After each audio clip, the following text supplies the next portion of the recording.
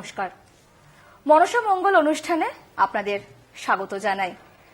প্রত্যেক রবিবার ঠিক সকাল 8:30 মানে আমরা এসে যাই আপনাদের সঙ্গে ভক্তির রসে ডুব দিতে। আর সেই ভক্তির সাগরে যিনি নিয়ে যান তিনি আমাদের সকলের প্রিয়, তিনি হলেন দীপমা। মা, আপনাকে স্বাগত।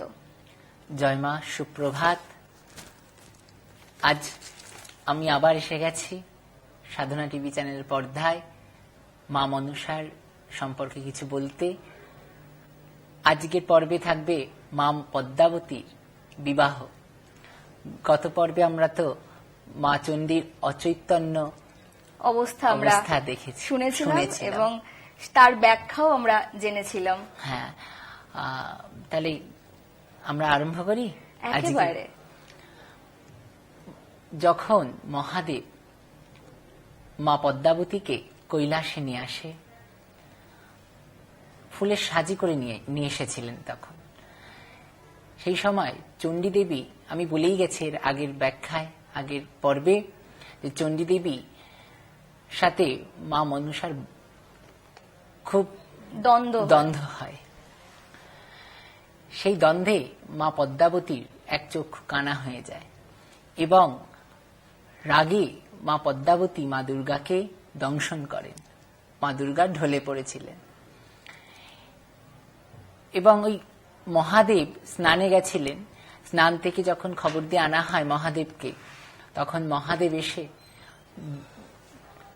এসে বলেছিলেন যে পদ্মাবতী, তুমি তোমার মাকে পুনরায় জীবন দান করো। এবং ব্রহ্মা, বিষ্ণু, মহেশ্বর তিনজনেই মা পদ্মাবতীকে অনুরোধ করেছিলেন। পদ্মাবতী তখন বলেছিল, বাবা, আমার কোনো দোষ নেই, আমি বিনা দোষে আমাকে চণ্ডী দেবী মা মারছিল, আমি নিজের আত্মরক্ষার জন্যে মাকে দংশন করি। তখন বলল, তোমার মা হয়, তুমি তাকে জীবন দান করো। তখন অমৃতকুণ্ডের জল এনে মা দুর্গার গায়ে ছিটে দিয়েছিল, তাতে মা দুর্গা আবার পুনরায় উঠেছে।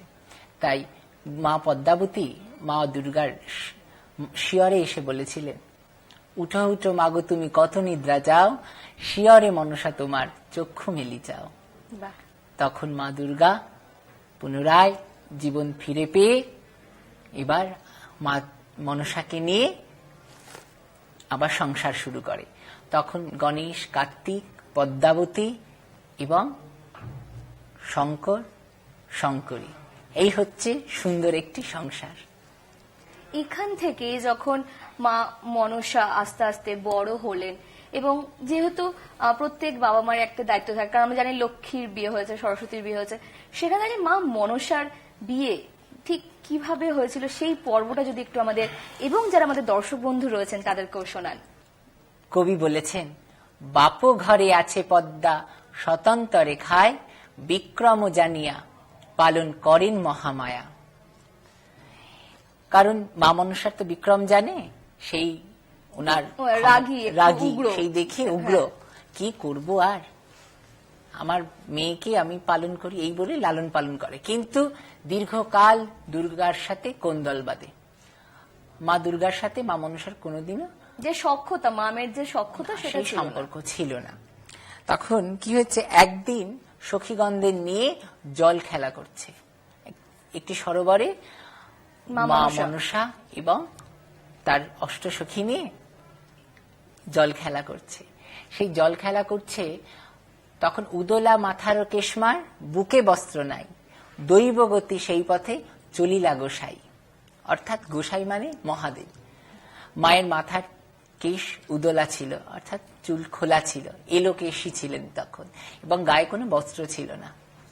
হ্যাঁ, মা জল খেলা করছে। এবার মহাদেব দেখছে, তখনই মহাদেবের মনে হলো, এমনিতেও তো মহাদেব তো আর সংসারী, সেই সংসারীর তো ওরকম তো নয় যে দায়িত্ব থাকে, সে তো শ্মশানে মশানে ঘুরে বেড়ায় ছাই ভস্য মেখে। এবার তখন মহাদেব হঠাৎ মা পদ্মার দিকে তার চোখ গেল, তখন ওই অবস্থা দেখে, ওই রূপ দেখে তখন দেখলো হ্যাঁ আমার মেয়ে তো বড় হয়েছে, মেয়েকে তো বিবাহ দিতে হবে, এবং অবিবাহিত কন্যা ঘরে থাকা কিন্তু অমহিমা। আমরা জানি যে বয়স হয়ে যাচ্ছে, বিয়ে না দিলে বলি যে মেয়েকে বিয়ে দেবে কবে, সেই রকম। তখন মহেশ্বর মহাদেব কৈলাসে নিজের বাসস্থানে ফিরে গিয়ে চিন্তা করছে যে মেয়ের তো বিয়ে দিতে হবে, কি করি। তখন সংবাদ দিয়ে ওই মহামুনি নারদকে ডাকে আনে। তখন মাকে দেখে তখন মহাদেব ভাবছে মনে মনে যে মেয়ে তো বড় হয়েছে, মেয়েকে তো বিয়ে দিতে হবে। তখন উপায় নারদ মহামুনি। তখন মহাদেব নারদ মহামুনিকে সংবাদ দিয়ে আনে। তখন নারদ মুনি এসে প্রণাম জানায়। তখন মহাদেব বলছে,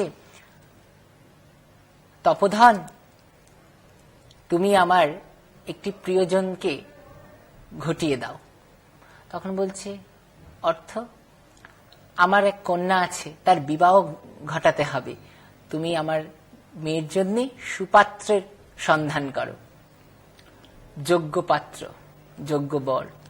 তখন মহামুনি বলছেন চিন্তা করে, একজন তো আছে তমসা নদীর তীরে, নাম জরৎকারু মুনি, কিন্তু সেই মুনি যে বিবাহ করতে রাজি নয়। আমরা জানি জরৎকারুর চরিত আছে, চরিতে মহাভারতে 13 অধ্যায়। উনি হচ্ছেন জরৎকারু মুনি সাক্ষাৎ প্রজাপতি সদৃশ এবং ব্রহ্মচারী উদ্ধরয়িতা।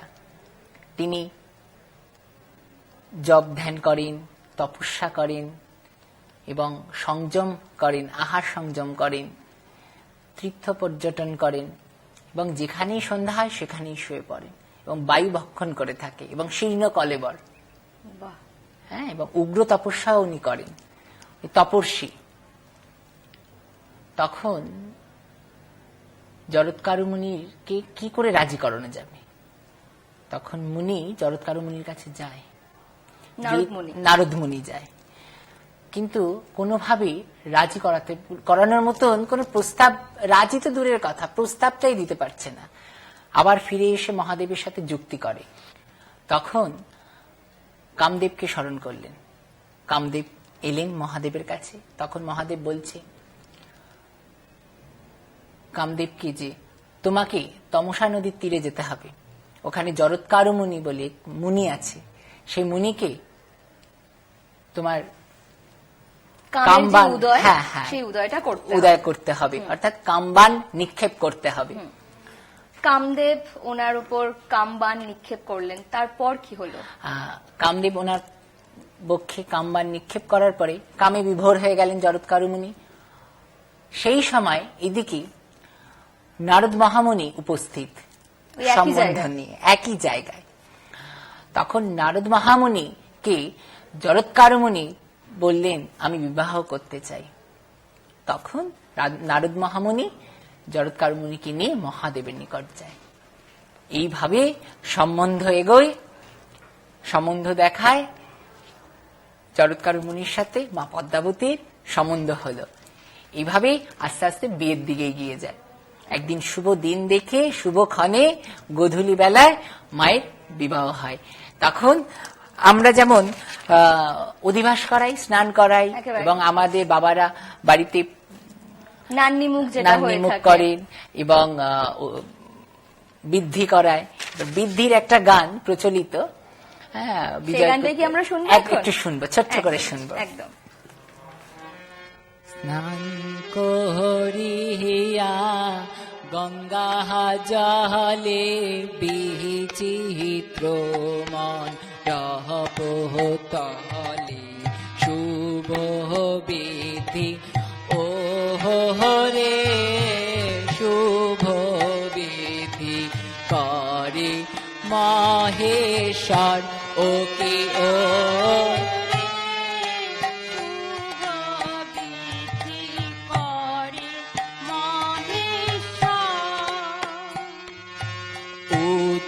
হরিয়া বলে হরি বচ নহ পরি হাতে দুর্বা ও রে হাতে দুর্বা করবা গঙ্গা জল ও কি ও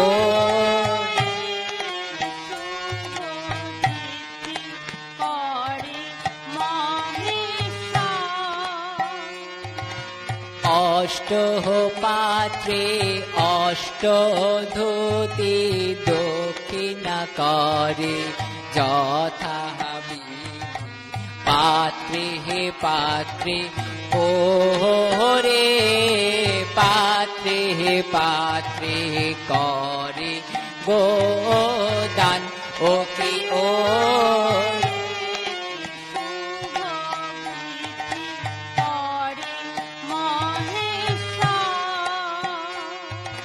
শিব করে নন্দে মুখ পিতৃলোকে বাহারে সুখ শুভ বিধি ও রে শুভ বিধি করে মহেশ্বর ও কি ও রে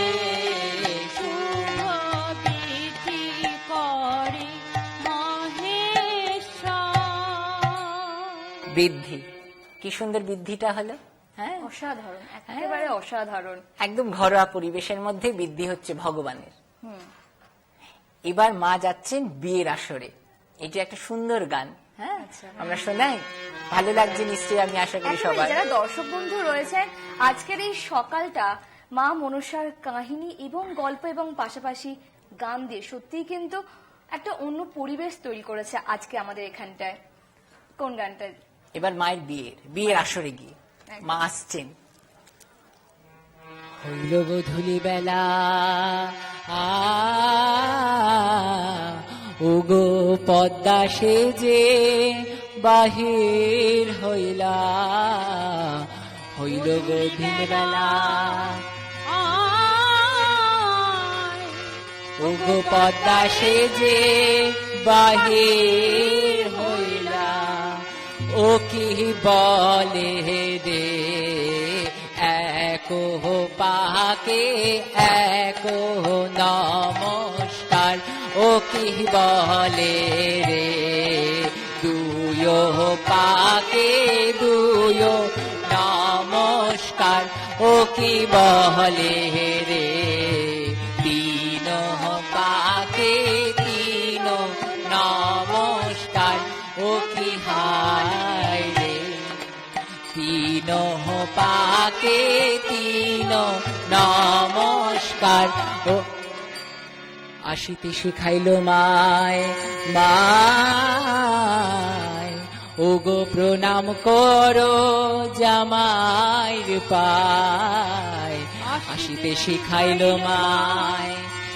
আয় ওগো প্রণাম করো জামাইর পায়, ও কি বহলে রে চারো পাকে চারো নমস্কার, ও কি বলে রে পাঁচো পাকে পাঁচো নমস্কার, ও কি বলে রে ছয় পাকে ছয় নমস্কার, ও দেখিলেম দেবপুরে ও গো সোনার প্রদীপ তুলে ধরে, দেখিলাম দেবীপুরে ও গো সোনার প্রদীপ তুলে ধরে, ও কি বহলে রে সাত পাকে সাত নমস্কার, ও কি বলে রে সাত পাকে সাত নমস্কার, ও কি বলে রে মুনি পদার পুষ্পের ছাউনি, ও কি হায় রে। এবার কন্যা দান করছেন। এটা হলো বিবাহ হচ্ছিল, আমরা 7 পাকে ঘুরি, জামাইয়ের পায়ে ফুল দিই, প্রণাম করি না, সেই রকম মা করছেন। যেভাবে জামাই বরণ হয়েছে মা দুর্গা শিখিয়ে দিয়েছেন যে প্রণাম করো আগে জামাইয়ের পায়ে গিয়ে, হ্যাঁ। আর শুভ দৃষ্টির সময় দেখো প্রদীপ তলি, প্রদীপ দিয়ে প্রদীপ দর্শন করায়, ওই সোনার প্রদীপ মায়ের আর জরৎকার মুনির মুখে তুলে ধরেছে। তাই বললো দেখে এলেম দেবপুরে সোনার প্রদীপ তুলে ধরে। আর আগে বললাম আসিতে শিখাইলো মায় প্রণাম করিল জামাইয়ের পায়ে। এবারে কি হচ্ছে, নাচেরে ভোলানাথ আপনে, নাচেরে ভোলানাথ আপনে,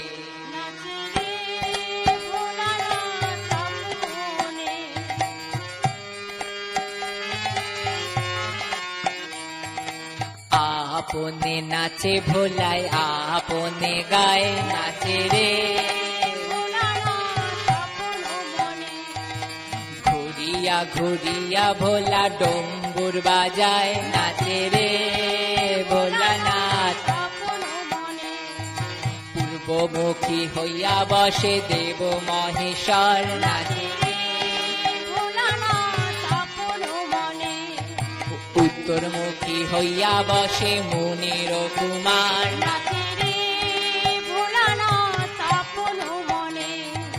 পদ্মার হাতে মুনির হাতে করিল বন্দন, নাচে রে ভোলানাথ আপনে, নাচে রে ভোলানাথ আপনে।